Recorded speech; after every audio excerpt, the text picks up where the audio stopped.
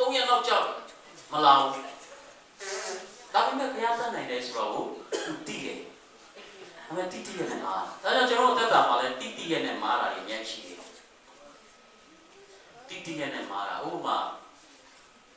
ဆက်လိုက်တော့တဲ့လူတွေပေါ့ကွာဆက်လိုက်မအောင်ဘူးဆိုတာတည်တယ်သူဆိုကြဘလောက်ထိဆက်လိုက်တော့ချင်းရဲ့ဆိုကြဘလောက်ရှိတယ်ဆိုတာတည်တယ်ဥပမာဆက်လိုက်တော့တဲ့ဒီမှာတော့ပေါ်ပြထားတယ်လေအခွန်မှာတော့မလားအစုပ်ပုံနဲ့လားနဲကျုပ်နေတာသူဆိုကြကိုတည်တယ်ဒါပေမဲ့တိရဲ့နဲ့လုပ်တယ်ဆိုကျွန်တော်အသက်တာမှာလည်းအဲ့လိုဖြစ်တတ်တယ်တခါတလေဘုရားသခင်ကပြောထားတဲ့အရာမှားထားတဲ့အရာတိရဲ့နဲ့ကျွန်တော်တို့မှားတာတွေအများရှိတယ်ကျွန်တော်လည်းအဲ့လိုပဲ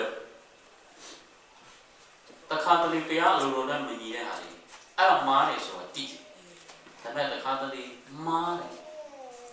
မှား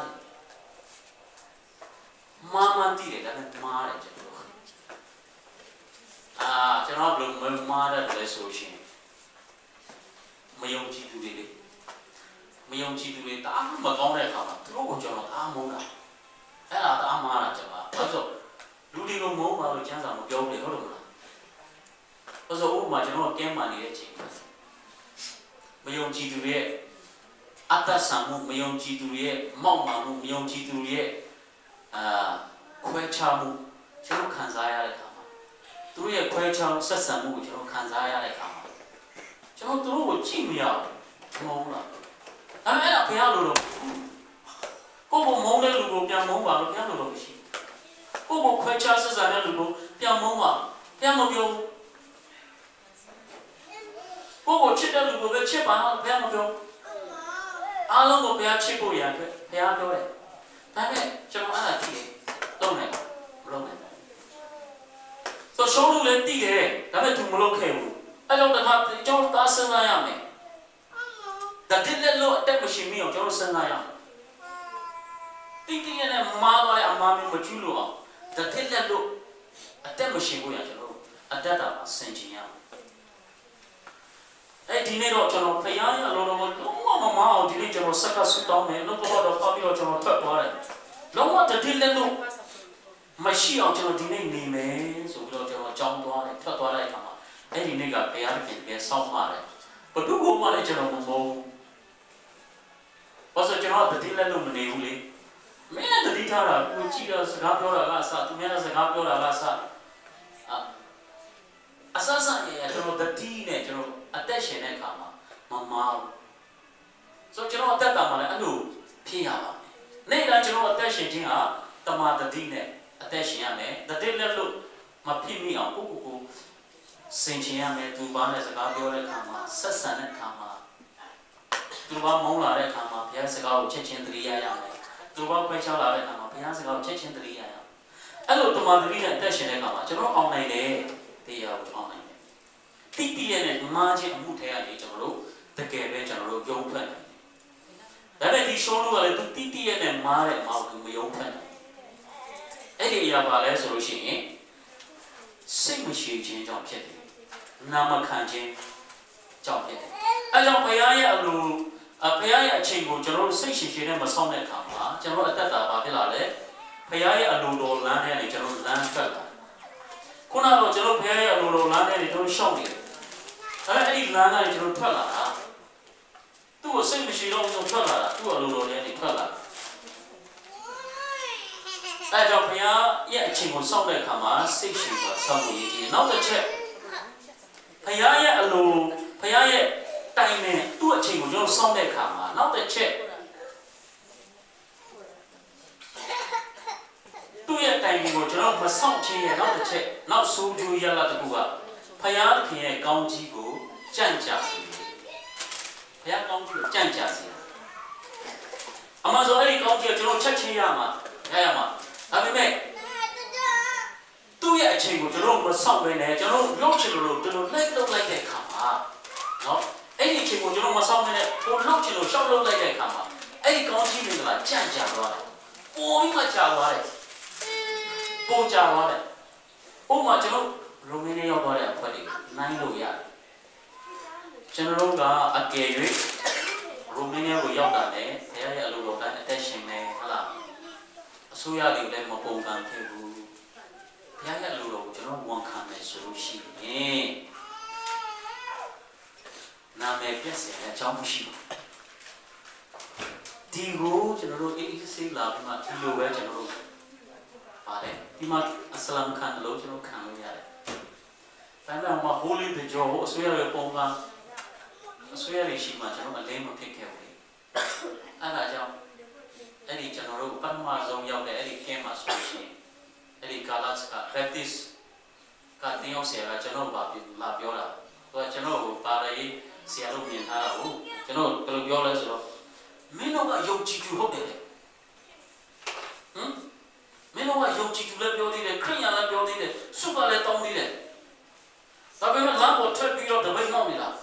ဖះလို့တော့လားအဲ့ပြောကြတာဟုတ်တယ်နော်ဖះလို့တော့အဲ့လိုမဟုတ်ဘူးတဲ့ဖះလို့တော့ယုံရင်စံကပြည့်ချင်းလုံးဝမဟုတ်ဘူးအဲ့ဒါဖះလို့တော့လားမင်းတို့ခရိယာလားပြောချင်တာကသူများရှိမှလည်းမပြနိုင်ခဲ့ဘူးလေဘုရားလိုလိုကျွန်တော်မဝန်ခံဘုရားရဲ့အချိန်ကိုကျွန်တော်မဆောင်တဲ့အခါမှာသူဘာရှိမှဘာဖြစ်လဲဘုရားနာမထိမိလဲเสียဖြစ်တယ်ကျွန်တော်ဝန်ခံခဲ့မယ်ဆိုရှင်ဒီလိုပဲလေဘုရားလမ်းဖွင့်ပေးတာပဲလေဘုရားဒီတက်ကောင်းတဲ့လမ်းဖွင့်ပေးမှာပေါ့ဒါနဲ့ကျွန်တော်တို့ကလည်းဟိုရောက်တာနဲ့ဟိုကိုတင်ထားတာနဲ့ဟိုကိုကတော့ဟာကိုကြားဘူးတော့လေဟာတတ်ပြနိုင်ငံရောက်တော့ဟာစင်ပြေလိမ့်မယ်ဟာအိမ်လေးနဲ့အိမ်ကလည်းအစင်တစ်ဟာလားထောက်ပံ့ခြင်းနဲ့အစင်တစ်အလုပ်ကလည်းအစင်တစ်ရှိမှာလေဆိုမှအဲ့ဒီမျိုးလင်းချက်ကအားလုံးမှာရှိထားတဲ့ခါကျတော့ဟိုမှာရတော့ shop ဖြစ်သွားတော့ shop ဖြစ်သွားရင်လည်းနေပါစေဘုရားလိုလိုပဲဝန်ခံလိုက်ပါတော့မယ်ဆိုမှလည်းမနေဘူး shop ဖြစ်သွားတယ်တောင်းချတယ်ဘုရားလိုလိုဝန်ခံလိုက်မယ်ဆိုမှမနေဘူးလေ shop ဖြစ်သွားတယ်ဟာတိတ်တဆင်းလို့ဆိုရဲလိုရတယ်လို့ဆိုတာဆရာစံတို့ပြောလို့လို့ဆိုခြင်းရတယ်နော်ကောင်းတဲ့နေရာမှာအရေးကြီးတယ်လို့ဆိုးတဲ့နေရာမှာလည်းတော်ဆိုးတယ်ဘာလို့လို့ဆိုရလဲဘုရားကလည်းလို့ဆိုလို့စာသားလည်းလို့ဆိုတတ်တယ်လူတွေကလည်းကျွန်တော်တို့အကောင်းဘက်ကလို့ဆိုတတ်တယ်လို့ဆိုးဘက်ကလည်းလို့ဆိုတတ်တယ်မဖွာချကြည့်ရမယ်လို့ဆိုတာလေဒီလို့ဆိုတာကကျွန်တော်တို့ဘုရားလိုလည်းညီတယ်လို့ဆိုခြင်းလားဒါမှမဟုတ်ဘုရားကိုပုံကံမှုလို့ဆိုခြင်းလားဆိုတော့ကျွန်တော်ကိုပြပြသိရမယ်ဆိုလို့ဆိုရင်တော့ရှိလာတယ်အပြစ်ပြောတာမဟုတ်နော်အဲ့တော့အဲ့လိုလို့ဆိုလာတာလည်းဘာပြောလဲ shop ဖြစ်သွားတယ်တဲ့ဆိုတော့အဲ့တယောက်ပဲလို့ဆိုတော့အားလုံးကလည်းဟာသူမလို့ဆိုပြီးဘာတက်ကြွနေတာလို့ဆိုရင်လို့ဆိုအားလုံးကလည်းမလို့ဆိုပြီးတက်ကြွနေတာဟိုလောက်ရအောင်ဟဲ့ဒါလောက်ရအောင်ဟဲ့စာရေးရအောင်ဟဲ့ဒါမှတော့မကောင်းဆိုမှတက်ကြွနေကြတယ်ပြောချင်တာကကျွန်တော်တို့ကဘယ်အလိုဝန်မခံလိုက်တဲ့အခါအမှန်ဆိုကျွန်တော်တို့မားတာအဲ့လိုလို့ဆိုခြင်းလည်းမမားဘူးအဲ့လိုလို့ဆောင်ခြင်းလည်းမမားဘူးပါဟုတ်တယ်မလားဒါပေမဲ့ကိုကမန္တာလုံရင်းတဲ့တစ်ခါတည်းမားနေတယ်ကျွန်တော်တက်တာကျွန်တော်လောက်ကမားလာမားတယ်ဘာလို့သူတို့ကကျွန်တော်တို့ကိုတနေ့ကလို့ခေါ်တယ်သူမကောင်းလို့ပြောတယ်သူမကောင်းလို့ကျွန်တော်တို့လောက်တာပဲလေတပိတ်မောက်တော့ရေခဲပေါ်မှာအားလုံးဟာလာပစ္စည်းယူပြီးမှရေခဲပြင်မှာသွားနေကြတယ်မမဘူးလူမြင်နေပြောတာလောက်တဲ့လေမမဘူးဒါပေမဲ့ဘုရားကြီးရှိမှာမားတယ်ဘုရားလိုတော့လည်းမညီဘူးဆိုတော့ဘုရားရဲ့အချိန်ကိုကျွန်တော်မဆောင်ခဲ့တဲ့အတွက်ကြောင့်ဖြစ်တယ်ဘုရားရဲ့လိုတော်ထဲမှာနေမယ်ဘုရားရဲ့အချိန်ကိုကျွန်တော်မဆောင်တဲ့အခါမှာစိတ်မရှိတဲ့အခါမှာဘုရားရဲ့အလိုတော်ထဲနေကျွန်တော်ကဘေးဘေးနဲ့ဝေးသွားတယ်ကျွန်တော်အသက်ကမှာအဲ့လိုဖြစ်တတ်တယ်အဲကြောင့်ဘုရားရဲ့အချိန်ကိုစိတ်ရှိရှိနဲ့ဆောင်တတ်ဖို့ရည်ကြီးတယ်ဆိုတော့ဘုရားရဲ့အချိန်ကိုကျွန်တော်မဆောင်တဲ့အခါမှာဘုရားရဲ့ကောင်းချီးမင်္ဂလာကိုလည်းကြံ့ကြာစေတယ်ဒီလာလူမျိုးတွေကိုကြည့်လေဘုရားရဲ့အချိန်ကိုမှမဆောင်တော့ဘူးပြီးဘုရားကိုမှမကိုးစားတော့ဘူးအဲ့ဒီပြန်နေသူတို့ခေါ်ထုတ်လာတယ် ဆိုတော့အဲ့လိုပြီးရတဲ့ခေါ်ထုတ်လာတော့ရေရှားတဲ့နေရာရောက်တာနဲ့ complaint တက်အစာရေစာနည်းနည်းခက်ခဲတဲ့နေရာရောက်တာနဲ့ complaint တက်ပြီပြီးတော့ဟိုရှေ့မှာကပြင်လေကြီးကာလာလို့ဆိုလို့ရှိရင် complaint တက်ပြီသူတို့ complaint တက်ဆရာလေးကြီးပဲဆိုတော့ဆောင်းအဲ့ဒီ complaint တက်ရခြင်းအကျိုးကပါလေစိတ်မရှိတဲ့အတွက်ကြောင့်စိတ်မရှိတဲ့ complaint တက်တာအဲ့လို complaint တက်တော့ဘာဖြစ်သွားလဲ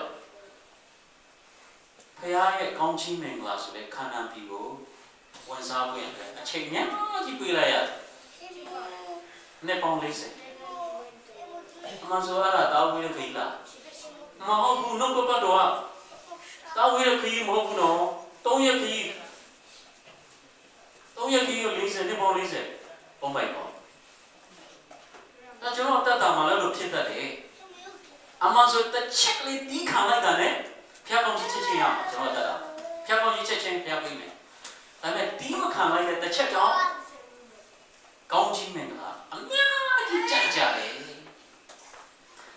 အဲ့တော့ကျွန်တော်တတ်တာမှလေဘုရားရဲ့အချိန်ကိုကျွန်တော်စောင့်တဲ့အခါမှာစိတ်ရှုဖို့ရည်ကြီးတယ်နောက်တစ်ချက်ကဘုရားခင်ရဲ့အချိန်ကိုမစောင့်ခြင်းရတာနောက်တစ်ချက်မိမိအပေါ်မှာနာကျင်ခြင်းဝေဒနာကိုဆောင်ယူလာတယ်ကိုနာကျင်စေတဲ့ဝေဒနာကိုဆောင်ယူလာတာဘုရားရဲ့အချိန်ကိုကျွန်တော်မဆောင်တဲ့အခါမှာမိမိကိုနာကျင်တဲ့ဝေဒနာဆောင်ယူလာတယ်ဘယ်လိုဆောင်ယူလာလဲဆိုတော့အာဗြဟံရဲ့အသက်တော်ကျွန်တော်ကြည့်ရအောင်ဘုရားခင်ကသူ့ရဲ့လူမျိုးများပြားစေမယ်ကောင်းကင်ကျယ်ပဲလို့များပြားစေမယ်သူ့ရဲ့ descendant ကအများကြီးများလိမ့်မယ်ပြောထားပြီနဲ့မလာတဲ့ခါမှာဘာလုပ်လိုက်လဲသူ့ဂျုံမနဲ့သူနေလိုက်တယ်အဲ့တော့သူဂျုံမနဲ့နေလိုက်ခြင်းပြီးသူ့အသက်တာမှာဘာဖြစ်လဲစူးကိုဝင်လာသူ့ကိုနှိမ့်ဆက်မှုကိုဝင်လာဘာလို့ဂျုံမရတဲ့သားနဲ့သူ့ရဲ့အမျိုးသမီးအရင်ရတဲ့သားမတည့်ဆိုသူဂျုံမရတဲ့သားဖြစ်စေအဲ့ဒီသားကသူ့သားဟုတ်တယ်သူသားရုပ်ရှင်ရှိတယ်ဆိုအဲ့ဒီသားကိုမောင်းထုတ်ပြဖို့သူတော်တော်လေးခံရခဲ့တယ်နော်အမရာဂျုံမဖြစ်စေသူ့ရဲ့အတွေ့အကြုံနဲ့ရတဲ့သူ့သားဖြစ်တယ်ဘယ်သူကကိုသားကိုမောင်းထုတ်ရဲမလဲဟုတ်လားသူ့အတွေ့အကြုံနဲ့ရတဲ့သားကိုမောင်းထုတ်ပြဖို့ဒါနဲ့ခံရရတယ်ဝေဒနာနဲ့နော်မလုံးချင်ပေမဲ့သူလုံးလိုက်ရတယ်ဆိုတော့တွေ့ရတယ်အဲကြောင့်တခါတလေဘုရားရဲ့အချိန်ကိုကျွန်တော်မဆောင်တဲ့အခါမှာမိမိကိုယ်ကိုဝေဒနာကိုမိမိခံယူမိတယ်ကျွန်တော်တို့တတ်တာမှလည်းအဲ့လိုရှိတယ်ဘုရားရဲ့အချိန်ကိုမဆောင်ပြီးမှဘွာလို့တာလို့ကျွန်တော်မိမိရဲ့အကြံဉာဏ်နဲ့ကျွန်တော်မိမိရဲ့ idea နဲ့လှုပ်ဆောင်လိုက်တဲ့အခါမှာကိုဝေဒနာကိုခံယူမိတဲ့အချိန်တွေရှိကောင်းရှိလိမ့်မယ်နောက်တစ်ချက်ဘုရားခင်ရဲ့အချိန်ကိုကျွန်တော်မဆောင်တဲ့အခါမှာကျွန်တော်တတ်တာမှာစိတ်ရှုပ်ထွေးမှုတွေကိုကျွန်တော်တို့ဖြစ်စေတယ်စိတ်ရှုပ်ထွေးတာဟုတ်ဘာလို့ဘာကံရမှမသိတော့ရှစ်တိုးလည်းမဟုတ်နောက်ဆုံးလည်းမဟုတ်ဆိုဘာပြော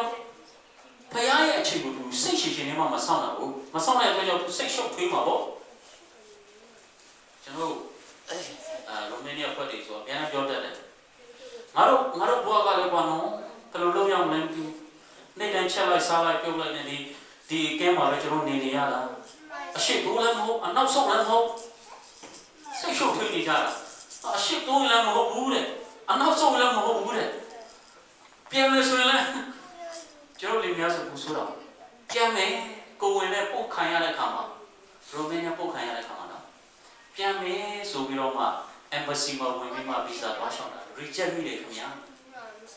ဆိုပြန်ဖို့လည်းမရရှစ်တိုးမယ်ဆိုလည်းဒီမှာလည်းပြန်ပို့လာမှကြောက်ဘယ်လိုလုပ်ရမလဲရှုပ်ထွေးနေတာကျွန်တော်ရှုပ်ထွေးခဲ့တယ်ဒါပေမဲ့ဘာလို့ရှုပ်ထွေးတာလဲအဖြေကိုဒီချပြန်ကြည့်တဲ့အခါကျတော့လေဖခင်ရဲ့အချိန်ကိုကျွန်တော်မဆောင်တတ်ဘူးတော့ဘုရားခင်ရဲ့အချိန်ကိုစောင့်မယ်ဆိုလို့ရှိရင်ရှုပ်ထွေးစရာအကြောင်းရှိဖြစ်တဲ့များအားလုံးကအဆင်ပြေဖြစ်တဲ့များအားလုံးကကျွန်တော်တို့အကောင်းကြီးပဲဖြစ်တယ်တော့ဘုရားရဲ့အချိန်ကိုကျွန်တော်မဆောင်တဲ့အခါမှာစိတ်ရှုပ်ထွေးတော့ နောက်တစ်ချက်ကဖယားရဲ့အချိန်ကိုကျွန်တော်မဆောင်တဲ့ခါမှာသူတို့ဘာကိုထိခိုက်နာခြင်းစီလေသူတို့ဘာကိုထိခိုက်နာခြင်းစီတာဖယားရဲ့အချိန်ကိုမဆောင်တဲ့ခါမှာကျွန်တော်ကျွန်တော်ဒီရိုမန်နီအဖွဲ့ထဲမှာကျွန်တော်ကြားဘူးတယ်အဲ့လိုရိုမန်နီရောက်သွားတော့ဒုက္ခရောက်သွားတဲ့ခါကျတော့ဘယ်လိုဘာပြောကြတယ်လဲဆိုတချို့မိန်းကလေးတွေတချို့မျိုးသမီးတွေမိချောင်းရိုမန်နီရောက်လာမိချောင်းရောက်လာနေရရွှေမရှောင်းလဲဆိုလို့ရွှေမရှောင်းလဲပြောတော့နေရှောက်လိုက်တာမိချောင်းမှရောက်လာ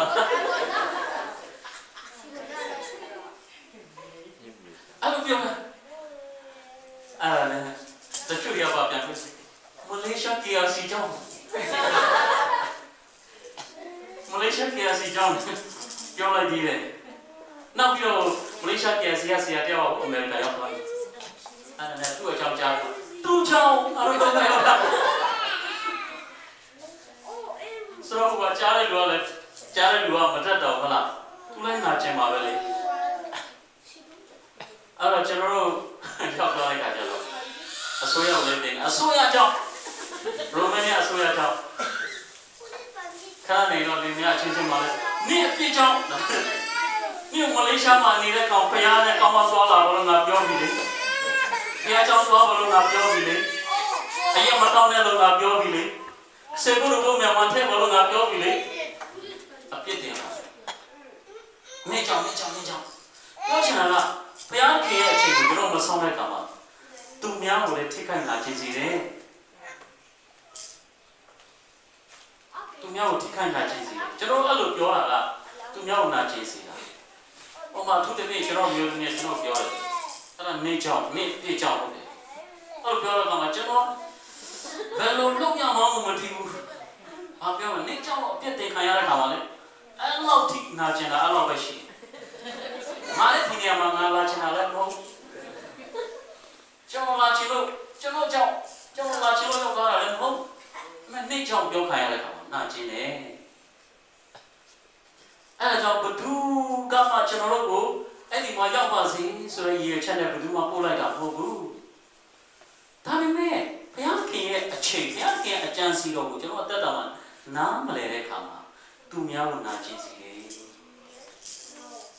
အဲ့ဒါကြောင့်ကျွန်တော်တို့တအားတတိထားဖို့ရည်ကြီးတယ်ဘုရားခင်ရဲ့အချိန်ကိုကျွန်တော်တို့စိတ်ရှိရှိနဲ့စောင့်တတ်ဖို့ရည်ကြီးတယ်နောက်တစ်ချက်ကပါလဲဆိုရှင်ဘုရားခင်ရဲ့အချိန်ကိုမစောင့်ခြင်းရလာတာမိမိရဲ့ငွေကြီးမိမိတို့ဖြုံးလိုက်တယ်ဘုရားခင်ရဲ့အချိန်ကိုစောင့်ရင်တခါတည်းကိုယ်မရှိမှစီးစိမ်နဲ့ကုန်သွားတယ်နော်သိပါကျွန်တော်အဲ့လိုမျိုးကြုံဘူးတဲ့လူတွေရှိတယ်ဘုရားခင်ရဲ့အချိန်ကိုမဆောင်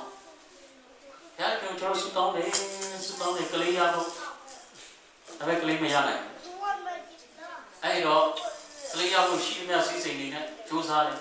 ဒါပေမဲ့မရအောင်အချိန်ဘုရားခင်ကသူ့အချိန်ရှိတယ်ဘုရားခင်အချိန်ကိုပေးတဲ့အတွက်နောက်တော့တချို့တွေကဘာလုပ်လဲဆိုလို့ရှိရင်ဘုရားခင်ရဲ့အချိန်ကိုမဆောင်မဲနဲ့သူလှုပ်ချင်တာရှောက်လုပ်တာစီးပွားရေးလည်းသူလှုပ်ချင်တာရှောက်လုပ်ဘုရားခင်စူတောင်းထားတဲ့ပြင်ဆင်ပေးပါစိတ်ရှိရှိနဲ့မဆောင်ဒါပေမဲ့ဘုရားခင်မပြင်ဆင်ခင်ဘုရားခင်အချိန်မရောက်ခင်သူကလောနဲ့အကုန်လုံးကျွတ်လုပ်ချလိုက်ဆုံးရှုံးမှုတွေတွေ့ကြုံရတယ်ကျွန်တော်ကောင်းကောင်းမပြောပြတော့ဒါပေမဲ့အဲ့လိုမျိုးဆုံးရှုံးမှုတွေအများကြီးရှိတယ်ကျွန်တော်လောကကြီးဘုရားရဲ့အချိန်ကိုမဆောင်စီးစိတ်ဆုံးရှုံးသွားတဲ့လူတွေအဲ့တော့ဘုရားရဲ့အချိန်ကိုကျွန်တော်မဆောင်တဲ့အခါမှာကျွန်တော်အသက်တာမှာဆုံးရှုံးမှုတွေပဲဖြစ်တယ်ဒါပေမဲ့ဘုရားရဲ့အချိန်ကိုကျွန်တော်ဆောင်တဲ့အခါမှာအချိန်ကာလရင်ဘာဖြစ်မလဲဘုရားရဲ့ကောင်းမြတ်ခြင်းကိုကျွန်တော်တို့ကိုဘုရားတင်ပြမှာဖြစ်တယ်ဘုရားရဲ့အချိန်ကိုကျွန်တော်ဆောင်တဲ့အခါမှာအချိန်တန်လာတဲ့အခါမှာဘုရားရဲ့ကောင်းမြတ်ခြင်းကိုကျွန်တော်တို့ကိုပြမှာဖြစ်တယ်လူတွေဘုရားရဲ့ကောင်းမြတ်ခြင်းကိုလုံးဝမခံစားရတဲ့လူတွေကဘယ်လိုလူမျိုးလဲသိလားစိတ်မရှိတဲ့လူမျိုးတွေဘယ်တော့မှဘုရားကောင်းခြင်းမခံစားရအောင်ဘုရားကောင်းမြတ်ခြင်းကိုဘယ်တော့မှသူတို့မခံစားရအောင်ဘုရားရဲ့အချိန်ကိုစိတ်ရှိနဲ့စောင့်တဲ့လူမှဘုရားကောင်းမြတ်ခြင်းကိုသူတို့ကိုယ်တိုင်ခံစားရတဲ့အခါမှာတတ်သိခံစားရတယ်များစွာရှိတယ် ဟိုတနေ့ဆရာစံတိုးမပြန်ခင်မှာကျွန်တော်အဖွဲ့တွေပေါ့နော်ဆရာစံတိုးနဲ့စကားတော့ပြောတဲ့အခါသူပြောခဲ့တဲ့တစ်ချက်ကျွန်တော်ခွာရတယ်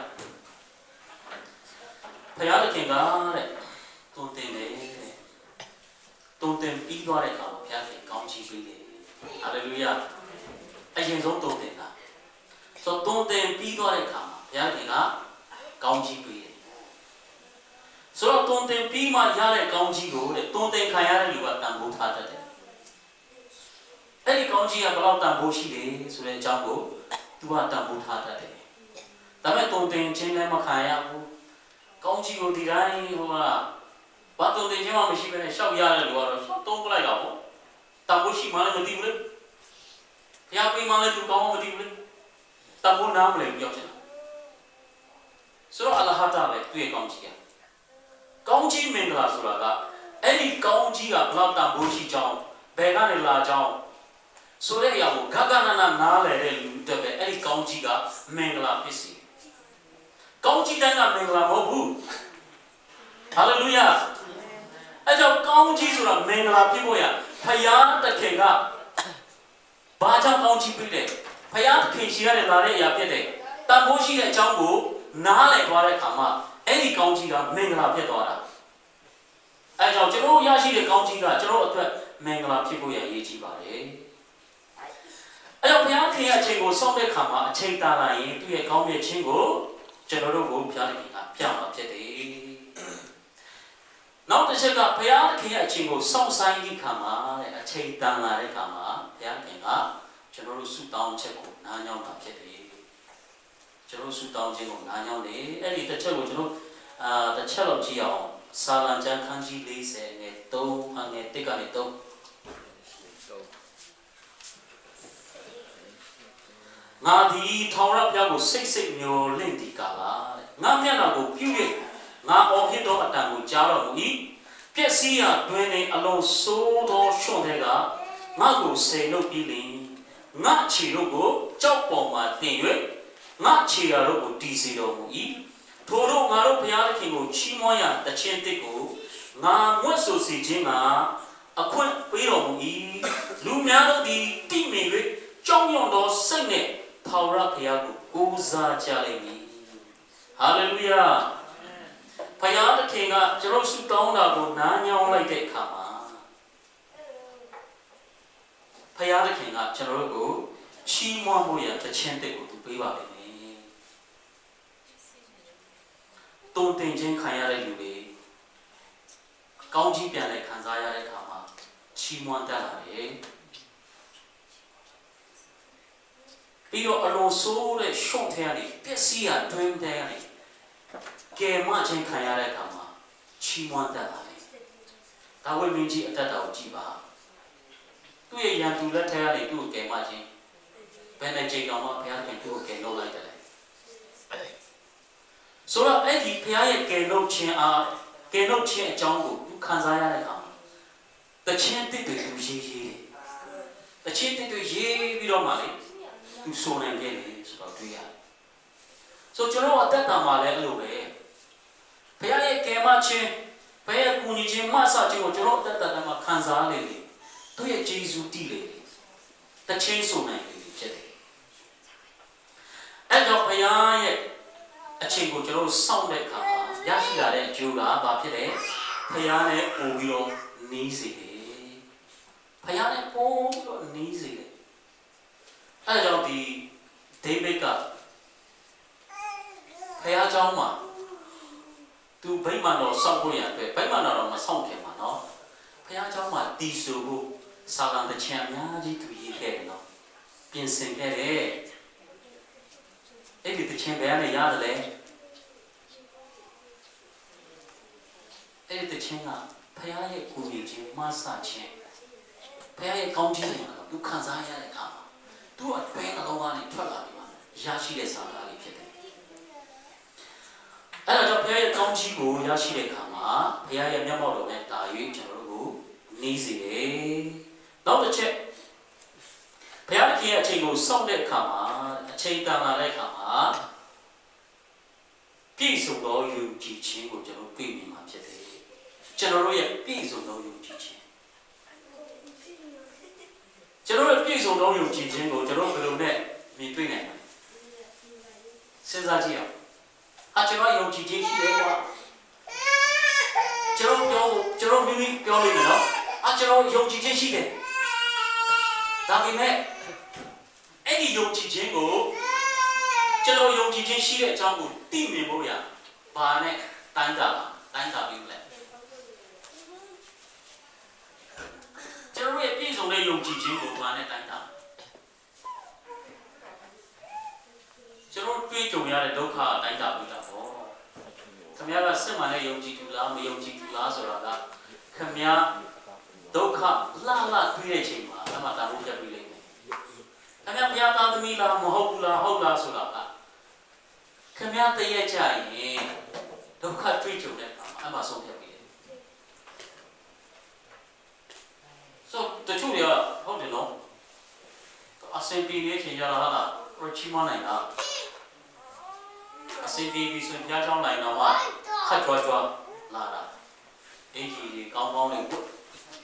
ပေမဲ့အစင်မပြေဘူးဆိုရင်တော့ချီးမွမ်းဖို့မပြောနဲ့ဘုရားကျောင်းလာဖို့တော့မလာချင်ဘူးအဲ့လိုမျိုးဖြစ်တယ်ကျွန်တော်တက်တာကျွန်တော်လည်းဖြစ်ခဲ့တယ်ဒါပေမဲ့အဲ့ဒါစစ်မှန်တဲ့ယုံကြည်ခြင်းကိုပြတာလားမဟုတ်ဘူးဗျစစ်မှန်တဲ့ယုံကြည်ခြင်းက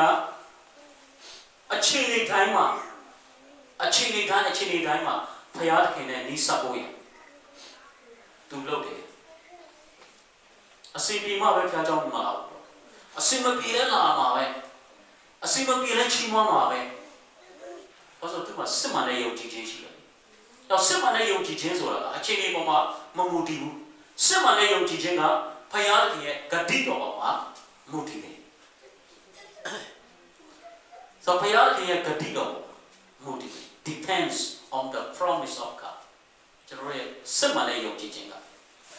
ပေမဲ့မစစ်မှန်တဲ့ယုံကြည်ခြင်းကတော့အခြေအနေပေါ်မှာမူတည်တာပေါ့နော်မစစ်မှန်တဲ့ယုံကြည်ခြင်းကတော့အဲဒါကြောင့်ကျွန်တော်ပြောချင်တယ်ကျွန်တော်တို့ရဲ့စစ်မှန်တဲ့ယုံကြည်ခြင်းကအခြေအနေပေါ်မှာမူတည်ခြင်းမဟုတ်ပဲဘုရားသခင်ရဲ့ဂတိတော်ပေါ်မှာမူတည်တဲ့ယုံကြည်ခြင်းကိုစစ်မှန်တဲ့ယုံကြည်ခြင်းလို့ခေါ်ပါတယ်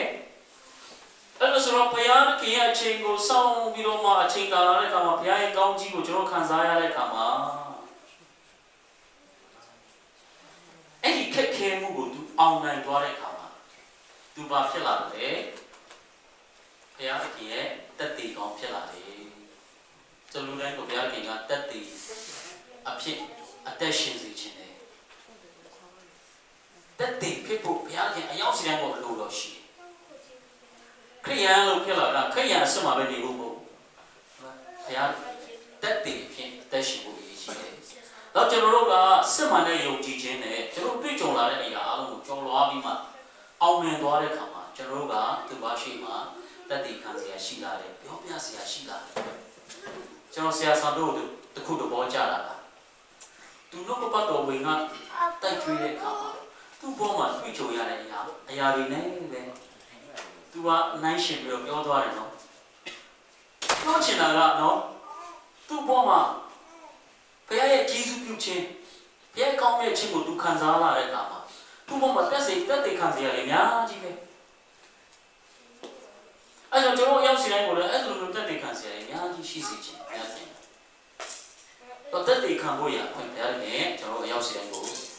ပြီးပါမယ်ဒါကြောင့်ဘုရားရဲ့ကျေးဇူးတော်ကိုဘုရားရဲ့ကောင်းမြတ်ခြင်းကိုရည်တွက်ချီးမွမ်းတတ်ပါဘုရားရဲ့အချိန်ကိုကျွန်တော်စောင့်ပါဘုရားရဲ့အချိန်ကိုကျွန်တော်စောင့်မယ်ဆိုလို့ရှိရင်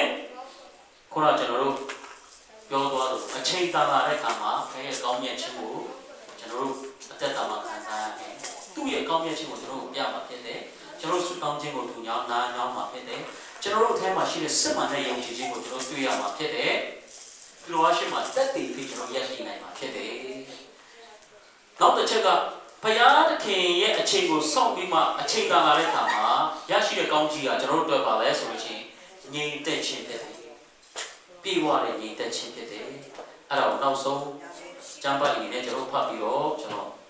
အဆုံးသတ်ပါမယ်ဖိလိပ္ပိခန်းကြီးလေးနဲ့ဒီကနေခုနှစ်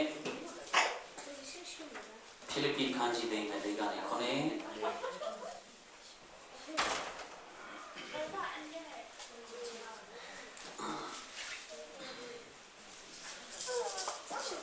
Philippi Kajide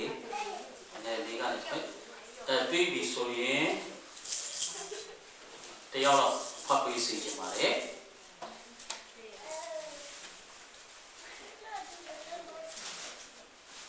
Piana Simba, one of Chin Jalo,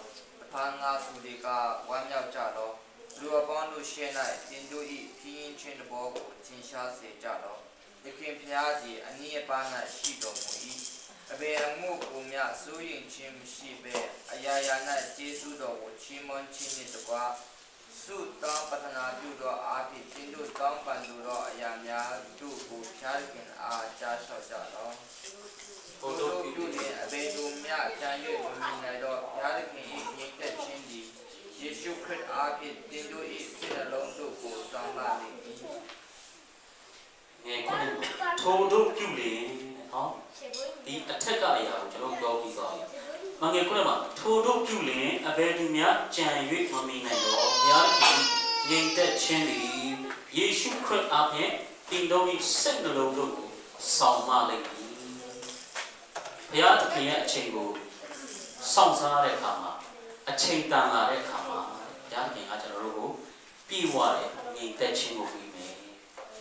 ပြည့်ဝတဲ့ညီသက်ခြင်းပြည့်ဝတဲ့ညီသက်ခြင်းကဘာနဲ့မှလဲလို့မရဘူးဆိုအဲ့ဒီပြည့်ဝတဲ့ညီသက်ခြင်းဘုရားသခင်ရဲ့ညီသက်ခြင်းကတဲ့လူရဲ့ဉာဏ်နဲ့ကြံစည်ပြီးမမီနိုင်ဘူးတဲ့ထူးဆန်းတာကနော်အဲ့ဒီဘုရားသခင်ရှင်းနေလာတဲ့ညီသက်ခြင်းကလူဉာဏ်နဲ့ကြံစည်မှမမီနိုင်ကျွန်တော်ဟိုတော့ပြောပြဘူးလို့ရှိတယ်။တခါတော့ငမဲဒေါက်တာတယောက်ကဒီပြင်တက်မှာလာပြီးတော့မှစေးပညာလာလေ့လာတာ။စေးပညာလာလေ့လာတဲ့ခါကျတော့10နှစ်သူစေးပညာလေ့လာပြီးတော့